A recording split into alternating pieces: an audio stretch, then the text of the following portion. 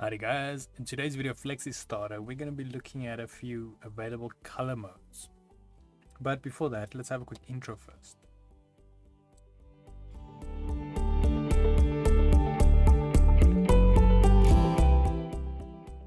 So today's video can be found on softwaretraining.co.za. We make short and easy to watch problem solving videos, and we have daily updates. Otherwise, back in the program here. Now, just so you guys know, this is going to be a little mini series on working with color, as there's a few things we need to cover that is not always the highlighted topics. So, but unfortunately, we still have to get those out the way. Some of them are quite interesting, but some of them is kind of more specialized. But in any case, today what we're going to be doing is looking at color modes. So what's the most, I'm only going to be covering mostly the common ones you'll be working with mostly, and then which ones are available. So now to locate the color modes, I'm going to go to here to our standard toolbar, and then we can either go to the color mixer, or we can go to the color specs. But for quick access, I'm just going to go color mixer. It's going to pop us up as a little color mixer option. So now under here we can see next to our color we've got the color mode. So yeah, currently we have RGB, which is in computers maybe the most popular, or should I say it is. So you're basically working with green, red, green and blue, as we can see here. So as we adjust these values, we can change the final outcome. So if we adjust the red a bit less, it'll become more green, and then obviously you can add more blue, changes that color.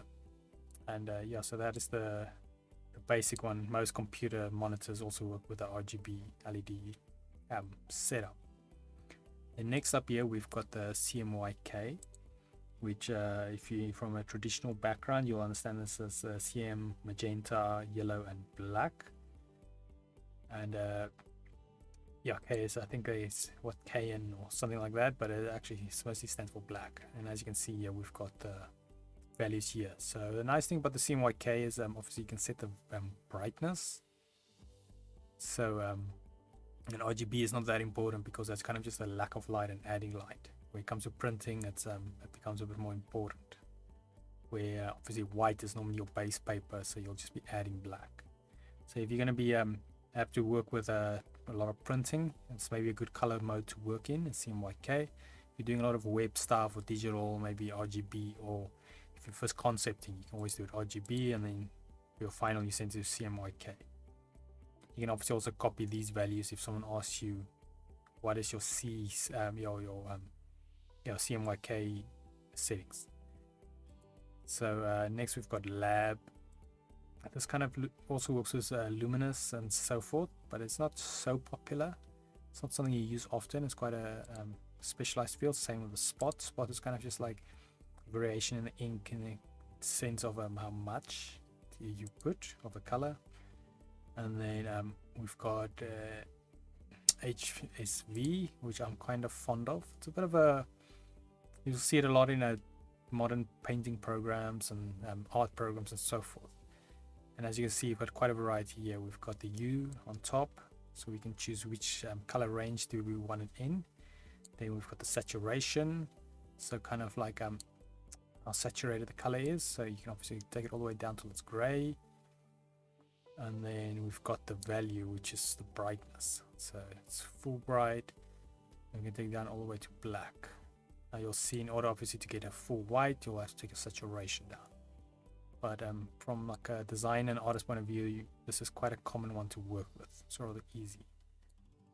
Then and last up we've got the Geotone, which basically you'll be working on the base and the top color. So you'll first be printing the base, and then you'll be setting the top color that will print over that. But yeah, so otherwise that is it on color modes. Because say your most common you'll be working with is RGB and CMYK.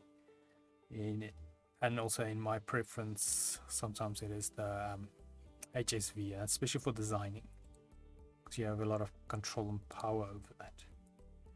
Otherwise, that is it on color modes. I will try add links in the description so you guys can follow along with this mini series. And otherwise, we head here to softwaretraining.co.za. You guys will notice we've got a variety of different softwares we do cover. and also you are able to isolate your search on the top right. If you do not, however, find what you're looking for, you can always go here, request a training video, and then we will make that video for you. Otherwise, thanks guys for watching, and cheers.